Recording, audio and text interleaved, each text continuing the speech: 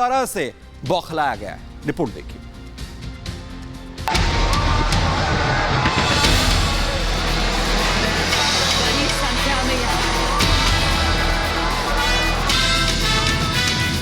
दो 2024 चुनाव का शंखनाद हो चुका है। मोदी ने बीजेपी को 370 प्लस वाला फॉर्मूला समझा दिया है। यही वजह है कि प्रधानमंत्री मोदी सहित बीजेपी के तमाम बड़े नेता अब ग्राउंड पर हैं। पीएम ने आज मध्य प्रदेश के झाबुआ में रोड शो कर हुंकार भरी। इस दौरान उन्होंने आदिवासियों के उत्थान के लिए करोड़ों की परियोजनाओं का शिलान्यास और उद्घाटन किया। पीएम मोदी ने आदिवासियों की दुर्दशा के लिए कांग्रेस को जिम्मेदार ठहराया। उन्होंने कहा कि लूट और फूट ही कांग्रेस की ऑक्सीजन है। जब सत्ता से बाहर जाते हैं तो लोगों को लड़वाते हैं, यानी लूट और फूट यही कांग्रेस की ऑक्सीजन है। प्रधानमंत्री मोदी यही नहीं रुके। उन्होंने मध्य प्रदेश में कांग्रेस की बुरी तरह हार पर भी तंज कसा और कहा कि कांग्रेस अपने पापों के दलदल में फंस चुकी है। यही वजह है कि मध्य प्रदेश कांग्रेस में अंदर खाने खूब भगदड़ मची है। कांग्रेस में अंदर खाने खूब भगदड़ भी मची हुई है। जनता की उपेक्षा करने वालों का यही हश्र होता है। कांग्रेस अब अपने पापों के दलदल में फंस चुकी है। कांग्रेस में भगदड़ सिर्फ मध्य प्रदेश में ही नहीं मची है, बल्कि दिल्ली का भी यही हाल है। इंडी गठबंधन से नीतीश कुमार के बाद जयंत चौधरी ने किनारा कर लिया है।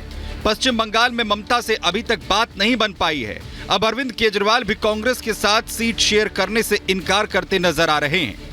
केजरीवाल ने पंजाब में एक रैली के दौरान वहां की सभी 13 सीटों के साथ दिल्ली की 7 सीटों पर हुंकार भरी है। दिल्ली में 7 लोकसभा की सीट हैं। दिल्ली के लोगों ने ठान लिया, सातों की सातों सीट इस बार आम आदमी पार्टी को देंगे। अगर आपने 13 की 13 सीटें आम आदमी पार्टी को दे दी, मान साहब के हाथ मजबूत होंगे। कांग्रेस के साथ सिर्फ इंडी गठबंधन के दलों की ही बात नहीं बिगड़ रही है, बल्कि उनके रवैये की वजह से पार्टी के अंदर भी कलह बढ़ गई है। और यही वजह है कि कांग्रेस आलाकमान ने वरिष्ठ नेता आचार्य प्रमोद कृष्णम को पार्टी से निकाल दिया है। आचार्य प्रमोद पर पार्टी विरोधी गतिविधियों का आरोप लगाया गया है, जिस पर आचार्य ने कांग्रेस नेताओं से सवाल पूछा है। क्या राम का नाम लेना गुनाह है? क्या राम मंदिर की प्राण प्रतिष्ठा में जाना गुनाह है? क्या देश के प्रधानमंत्री से मिलना गुनाह है? क्या उत्तर प्रदेश के मुख्यमंत्री योगी आदित्यनाथ जी से मिलना गुनाह है? क्या श्री कल्की धाम का शिलान्यास कराना गुनाह है? तो ये कांग्रेस पार्टी के वो नेता बताएं कि कौन सी ऐसी बात है जो कांग्रेस के विरोध में है। कांग्रेस सहित इंडी गठबंधन ने अयोध्या में रामलला की प्राण प्रतिष्ठा का न्योता ठुकरा दिया था। तब से कांग्रेस सहित इंडी गठबंधन में एक एक कर नेता छिटकते जा रहे हैं। वहीं दूसरी तरफ बीजेपी राम का नाम लेकर 400 पार का दावा ठोक रही है। प्रधानमंत्री मोदी ने अकेले बीजेपी के 370 प्लस सीटों पर जीत का फॉर्मूला तय कर दिया है, जिसे अमली जामा पहनाने का काम जारी है। ऐसे में सवाल यह है कि क्या इंडी में टूट ने मोदी की हैट्रिक तय कर दी है। Bureau report, Republic Bharat. और उधर 22 जनवरी 2024 की वो ऐतिहासिक तारीख जब प्रभु श्री राम रामलला अपने मंदिर में विराजे और अब भक्तों की लगातार वहां पर भीड़ लगी हुई है। और वहीं सबसे बड़ी बात यह, उत्तर प्रदेश के सीएम योगी आदित्यनाथ कई बार जा चुके हैं और सबसे महत्वपूर्ण दिन आज का इसलिए रहा, न सिर्फ योगी आदित्यनाथ अपने सहयोगी दलों बीजेपी के विधायकों के साथ वहां पर पहुंचे, उन विधायकों के साथ भी गए जो सदन में एक दूसरे पर सवाल खड़ा करते हैं, लेकिन उत्तर प्रदेश में समाजवादी पार्टी के जो विधायक हैं, समाजवादी पार्टी है, वो एक बार फिर से इस मौके से दूर रही। सवाल यही उठ रहा है कि आखिर रामलला से क्यों जो है बैर है, ये बीजेपी पूछ रही है। रिपोर्ट आपको दिखाते हैं।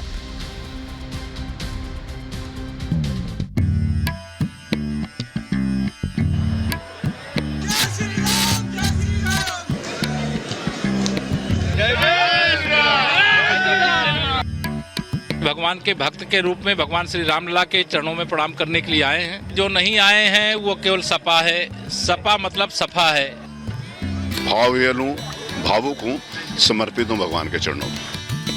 आज रामलला जी के यहाँ विराजमान के दर्शन होने का सौभाग्य प्राप्त हुआ है। राम लहर में प्रधानमंत्री मोदी ने बीजेपी के लिए जहां 370 प्लस का फॉर्मूला दिया है, वहीं योगी आदित्यनाथ भी प्रभु राम की नाव में सवार होकर यूपी की 80/80 सीटों पर जीत तय कर चुके हैं। यही वजह है कि आज अयोध्या के राम दरबार में यूपी सरकार ने हाजिरी लगाई। योगी सरकार ने सभी विधायकों को आज अयोध्या में रामलला के दर्शनों के लिए आमंत्रित किया था।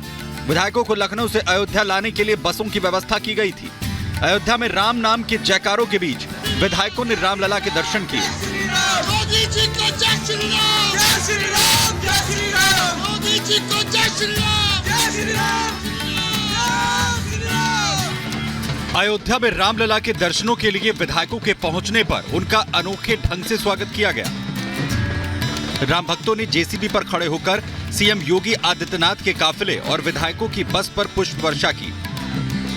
इस दौरान जय श्री राम के जयकारे गूंजते रहे। आम हो या खास, हर अयोध्या वासी ने विधायकों पर पुष्प वर्षा कर उनका स्वागत किया।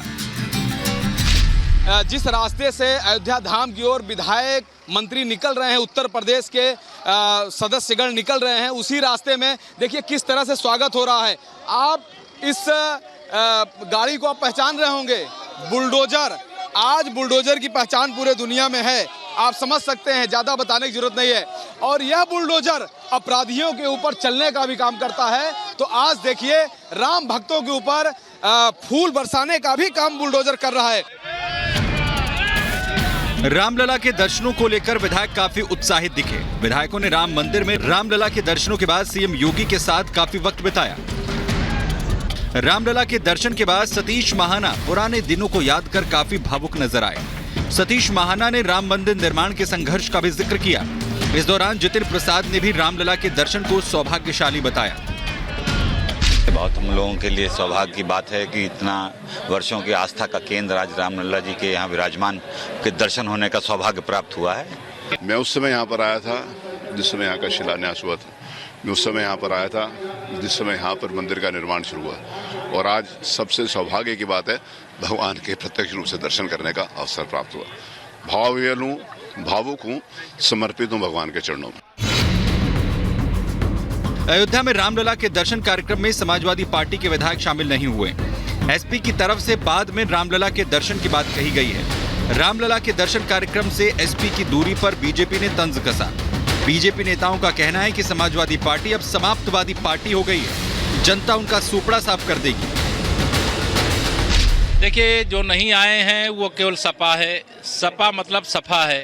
देखिए, जो नहीं आए हैं वो केवल सपा है, सपा मतलब सफा है। 24 के चुनाव में राम लहर देश के हर कोने में है और इसका श्रेय बीजेपी को ही जाता है, क्योंकि बीजेपी ने राम मंदिर निर्माण के लिए लंबा संघर्ष किया। चुनाव हारे या जीते, लेकिन राम मंदिर के मुद्दे पर अड़िग रहे।